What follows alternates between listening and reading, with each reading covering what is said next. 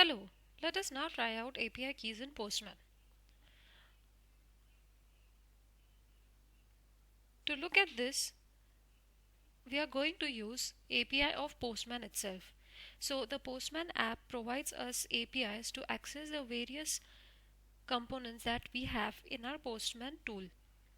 So everything that you see in this Postman tool can be accessed via APIs, and we are going to use one of those APIs today to learn about API keys. To do that, let us first study about the APIs. So I move to the browser and go to postman.com, which is the official website of Postman. And if we scroll down at the extreme end, we see that under resources there's a Postman API option. I open that in the new tab, and here we have the entire documentation of that API. A prerequisite to use these APIs is that you need to have an account with Postman. I already have an account created. If you don't have it, feel free to go and create the account, which you can also do from the app. So here we see that various APIs are described in this documentation. The one that we are going to use today is the Workspaces API to get all workspaces. So this is the URL and it says that this endpoint returns a list of all workspaces associated with a particular user. In the requirements, we can also see that it says that it requires API key as a request header or URL query parameter. In the previous video, we had seen that the header can be passed in various parts of the request, and that is what it is given here. So the server accepts API keys in the header or in the URL query parameter. We'll study about this in detail when we do the practical example. Since this APIs require an API key, we'll first need to generate an API key for our user. So let's do that.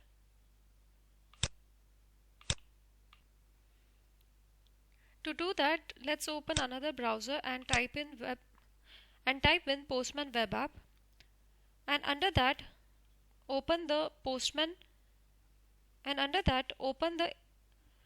app.getpostman.com result.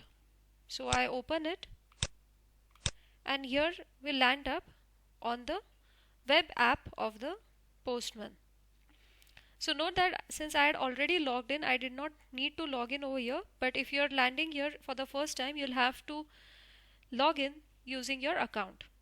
So here I have landed in my account, and then let us go to a workspace. I'm going to Postman Basics, and here let's move to integration, and we see that it does not have any integration. So let's go on browse integrations, and this is the Postman API integration.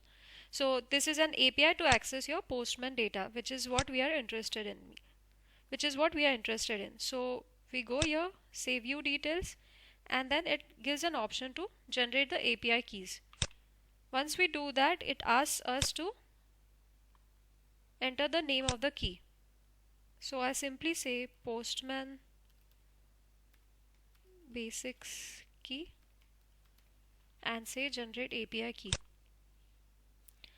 Note that it is warning us to copy the key now, as it is only one time and later on it will be encrypted. Hence it is very important to copy this key once it is generated. I have blurred this key over here because it is never secure to share your key with anyone, but it is a random string but it is just a random string of characters which you need to store. So I copied the string and close this. So here we have our key generated. Let me first paste the key somewhere so that we can use it later. And now let's create the request. To do that, first of all, let's see what is the API. I copy the API which is API getPostman.com/workspaces, and we go to Postman and click on plus to create a new request and paste the URL over here. Since this is a GET request, we keep this as it is. And now let's move to authorization section, because we had seen that it requires an API key. In authorization section, we select API key and we see that on the right side we are asked to fill in key value and add to parameters. So this key is the key that was mentioned over here. So whenever API keys are sent to the server, just like basic authentication, we require to send the key along with an key which identifies the API key. So if it is sent in the request headers, the key to be used is XAPI key, and if it is sent in URL parameters, the key to be used is API key. Since for now we will be sending it in request headers, I'll copy this value XAPI key, and this will be the key whose value will be the key that was generated for the user. So I'll simply copy the key for my user and paste it over here. And here we see that we have an option to add it to header or query parameter. So I'll keep it header for now, and we see that a header was added with XAPI key with the value of the key that was generated for our user. And now if we click on send,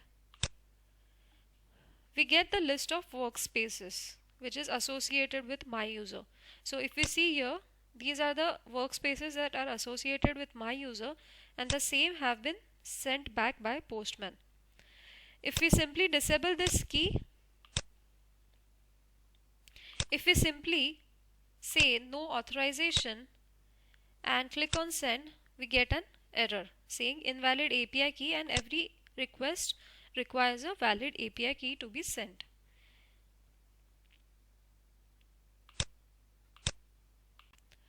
Now that we have seen how to send the API key in the header, let's check out how to send it in query parameters. So I again select API key, and the value of the key will remain the same, whereas I'll select add to query parameters, and the key for query parameters is slightly different, which is API key. So I change this key and say API key. You can note that this header was removed now since we are sending it in query parameters, but instead it will be added in the query parameters as API key and the value. And now if we send, again we get similar kind of response.